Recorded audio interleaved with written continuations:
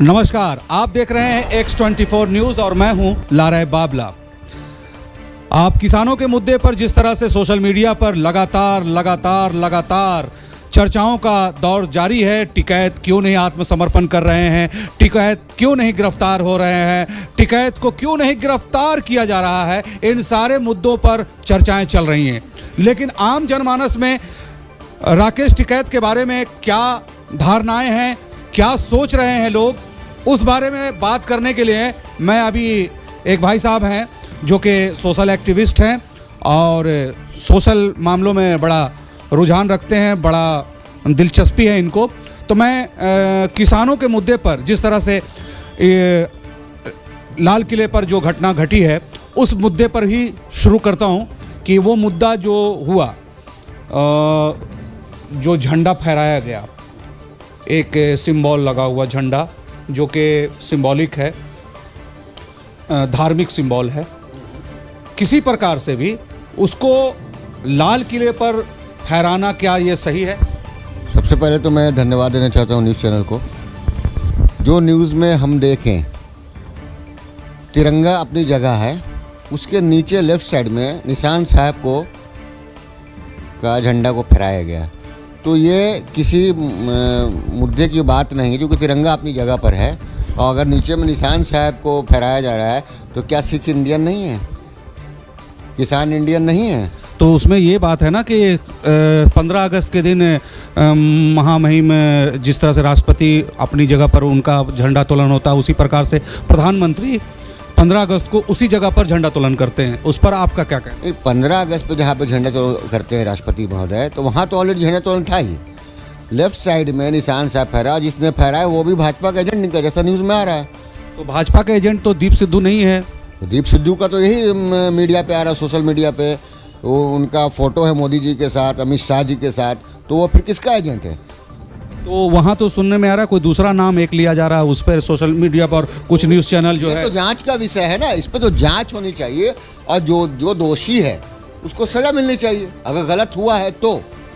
वो तो दिख रहा है ना वहाँ पे। आखिर राकेश टिकैत ने इसको आह्वान किया था, लोगों किसानों को बुलाया था कि आप आइए, भीड़ भाड़, तो कोई मनसा तो रही होगी। नहीं, 90% किसान उसी रूट पे जा रहे थे जो सरकार ने तय किया था। 10% उसमें उपद्रवी घुस गए और उन लोगों को, कुछ लोगों को, निर्दोष को या उसमें कुछ दंगाई घुस गया, उसको मोटिवेट करके लाल किला में घुसा दिया। इसका मतलब है कि वो प्लान किया हुआ प्लान था। पुलिस चाहती तो रोक सकती थी, पुलिस ने क्यों नहीं रोका? ये काम तो लॉ एंड ऑर्डर सिस्टम को बनाना, चलाना पुलिस का काम था। किसान तो अपनी जगह पे जा रहे थे।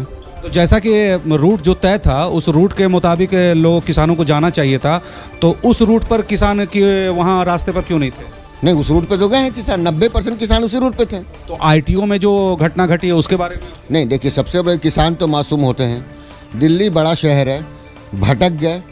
इसमें करना ये था कि आगे पीछे स्काउट करके प्रशासन को और पूरे इन लोगों के आंदोलन को लेके साथ चलना चाहिए था, रूट वाइज। सबके हाथ में वायरलेस होता और लेके शांतिपूर्वक ढंग से जहाँ से जिस रूट बना था उस रूट से निकाल लेना चाहिए था। तो आपका कमी कजी तो हुई है।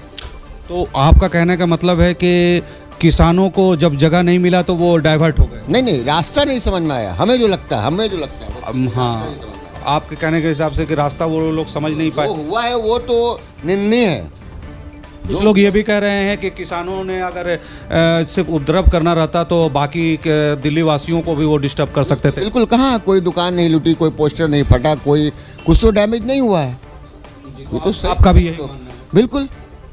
तो अब ये बताइए कि ये धार्मिक जो झंडा फहराने का जो चलन चल गया है, कभी आप सुनते हैं कि किसी न्यायालय के ऊपर में भगवा झंडा फहरा दिया जाता है, कभी कोई निशान साहब फहरा दिया जाता है, तो क्या ये देश में ये प्रथा जो चली है ये सही है? ये प्रथा तो बिल्कुल गलत है, लेकिन शुरू से जब तिरंगे को उतार के धार्मिक झंडा पहले भी फहराया गया कितनी जगहों पे, वहाँ से अगर सरकार एक्शन लिए होती तो आज ये दिन भी नहीं होता। शुरू से उन्होंने लूज किया ना, फहरा दिया, कितनी जगह फहर गया, तो उस वक्त ही टाइट होना चाहिए ना। तो एक अगर गलती किया उस वक्त रोक दिया जाता तो दोबारा वैसी गलती दूसरा कोई नहीं करता। तो अब बताइए कि राकेश टिकैत जो इसके पूरे सरबराह हैं, तो उनकी गिरफ्तारी जो कल होनी थी तो कल नहीं हो पाई है। आज पूरे वहाँ मिलिट्री फोर्स भी नहीं के बराबर है, नदारद है। तो उस पर क्या लगता है कि पुलिस एक्शन फिर दोबारा ले सकती है? देखिए, बाबा राकेश टिकैत जी ने एक ही बात कही थी जो मीडिया के माध्यम से हम देख रहे थे, क्योंकि मैं प्रेजेंट वाले, कि मेरे किसानों को सेफ्टी जोन पे ले आके उनके गांव पहुंचा दिया जाए और मैं एकदम आसानी से गिरफ्तारी दे दूंगा। उनको डर ये था कि अगर मैं पहले गिरफ्तारी देता हूँ, बाद में कुछ लोग उपद्रवी घुस के टेंट जला दे, आग लगा दे और किसानों को बदनाम करा दे।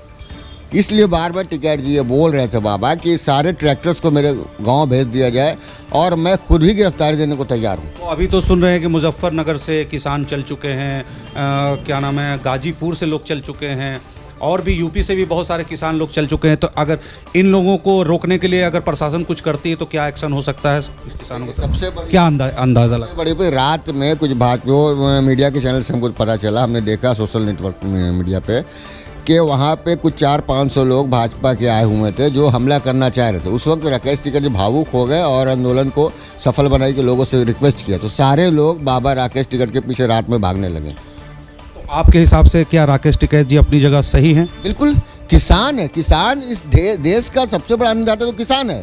अरे किसान की पावर को ये मोदी गवर्नमेंट क्यों नहीं समझ रही है? जो धरती का सीना चीर के अपने हिस्से का अनाज निकाल लेता है, उससे आप भिड़ रहे हैं।